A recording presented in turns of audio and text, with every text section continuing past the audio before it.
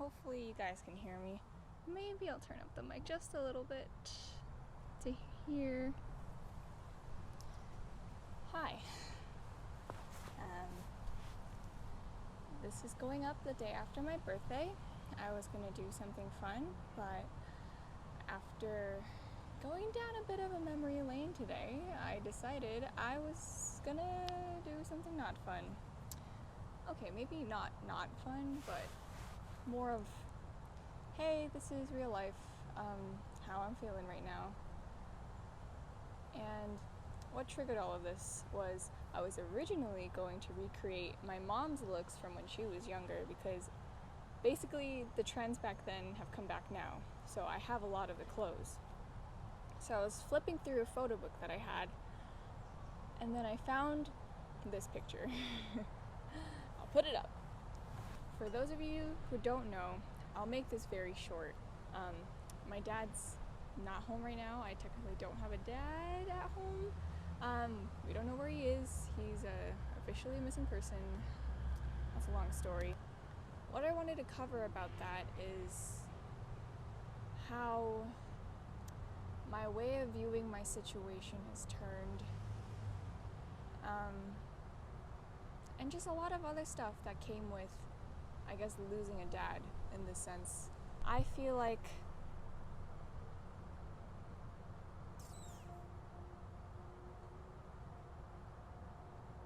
my dad's not coming back. Let's put that out there. In the past, I hoped that he would, but now I've realized that I don't even know if I would recognize him if I saw him. I heard a lot about people not remembering what people who they've lost, what they look like or what they sound like. Seeing my dad felt really weird because he looked familiar. I obviously recognized his face, but I don't know if I'll recognize him as a person anymore. Not because I hate him or anything, that's totally not what I'm getting at here. Mainly because he hasn't seen me grow up in, I guess, the most crucial parts of my life, if that makes sense. So, in a way, I don't think he would recognize me, too, if he saw me. I mean, he might recognize my face, but I don't know if he would know me as a person anymore, which is understandable. That's completely reasonable. This all happened in April of 2014, and now it's 2020, so it's been 6 years. That's a pretty big chunk of time, considering I didn't have him at home from 9th grade now all the way to my junior year of college. So that's a pretty substantial chunk of time, at least in the early years of development, or maybe later years of development, but I'm still that's a big chunk of time. So I thought about this a lot in previous years, but I never really voiced it to anyone because still I think in the back of my in a little part of my mind I was oh yeah, he's gonna come back, but I don't know anymore. I don't even know if I want him to come back, because that'll be such a big adjustment again, and I'm finally at a place where I'm comfortable with where I am. This would just be too much of a monumental change for me to cope with, at least right now. Let me tell you, when my grandma first started living with us, I freaking hated it because, one, it was, I think that was the second year. It was 1.5 years since my dad dad left at that point, or my dad disappeared at that point. And then my grandma came to live with us because my mom's side, my mom's dad passed away, and my grandma was in Korea all by herself, and that wasn't good for her. So she came to live with us, which, yes, she's family. I'm fine with her living with us, but at that point, it was so solidified. My mom, Eugene, and our lives were so independent, from a fourth family member. We were, I was very comfortable with having 3 family members in the house, and then adding on an extra person on top of that, having to cater to her for a lot of the things that we did in the house. I absolutely just hated it. Obviously, as the years went on, I got used to it. I mean, as anyone would do in their situation. But man, that shit was hard. Even with just a family member, that I was happy that she was living with us, because she's she's doing so much better than like back then when she first came to live with us, which I'm super grateful for. But I don't know if I want to go through that change again of having to adjust to another person in the house. Because one, our apartment is very small, like all that mental stuff aside, like physically, like our house is very small, super small, barely fits the four of us. And obviously, realistically, that would not be a good living situation to have 5 people in this tiny ass apartment.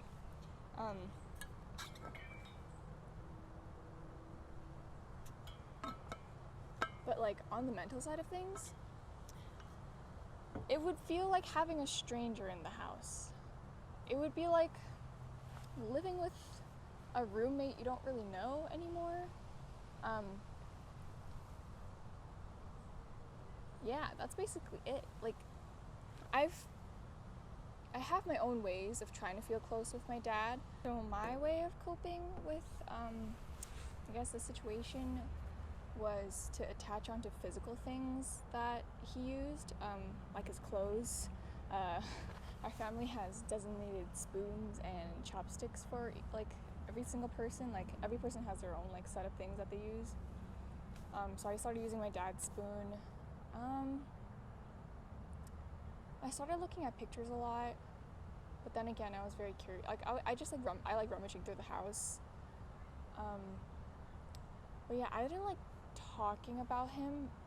Well, I have this weird thing about family where I don't like talking about family to family, but I like talking to my friends about it because they're a bit more removed from the situation. So I didn't really talk to my like family about it per se, but I did talk a lot about it with my friends, which helped a lot. I wrote my college essay on it.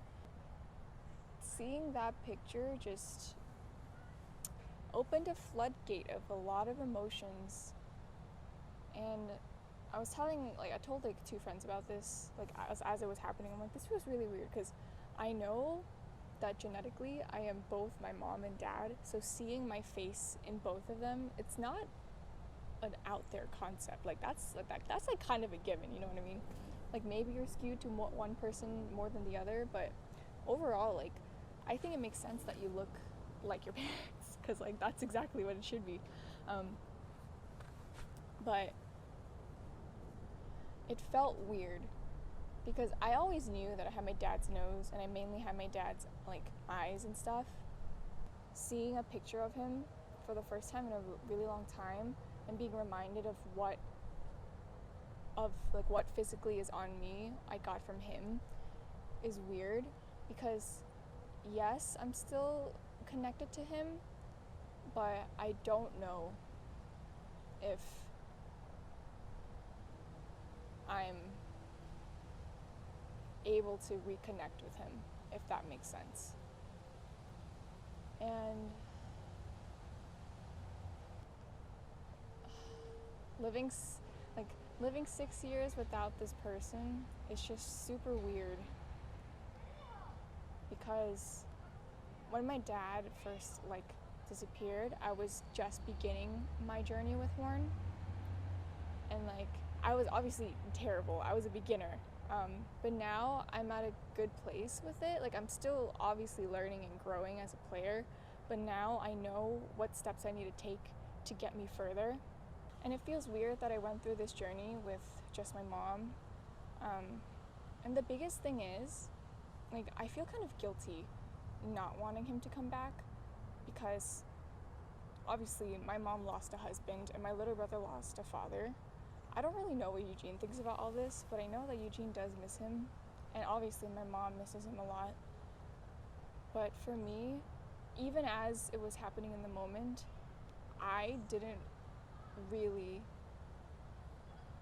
care. It's really bad to say, but at that, like in 8th grade, like most teenagers, like prepubescents go through, my relationship with my dad was a little bit worse than my mom's.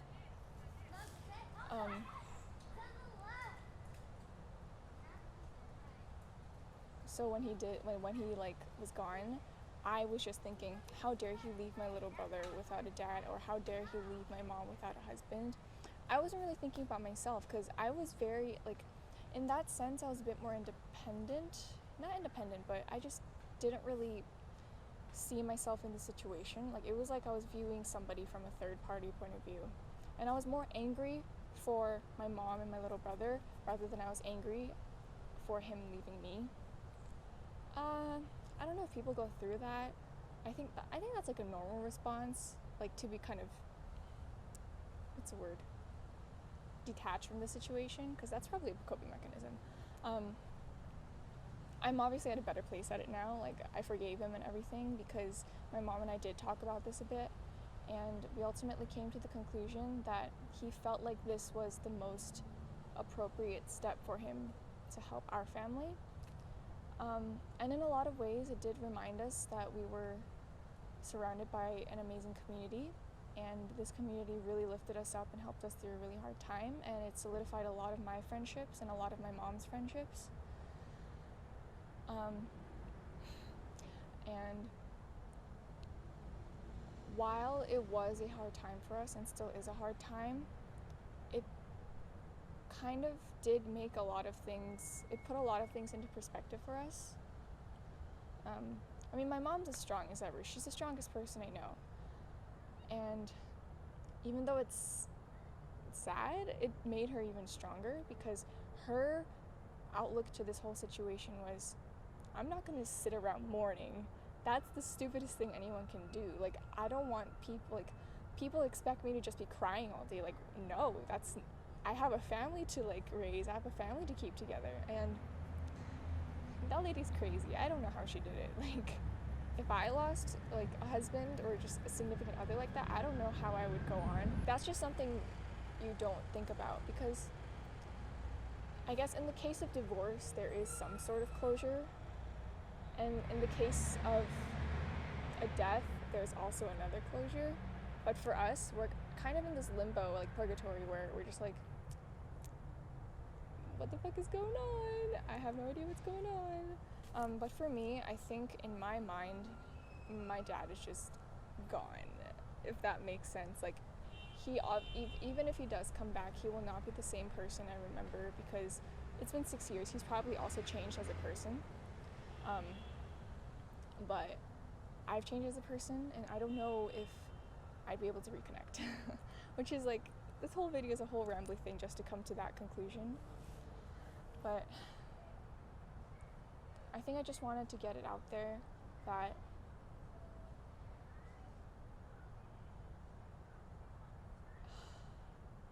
what do I want to get out there?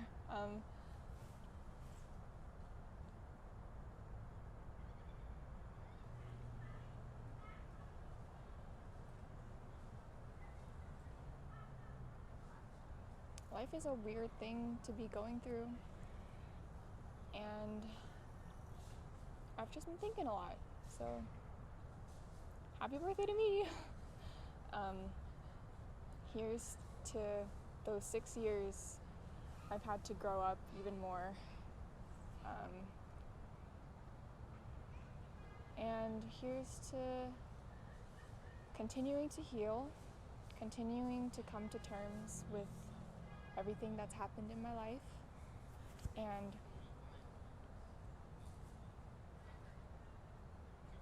yeah, thanks for watching.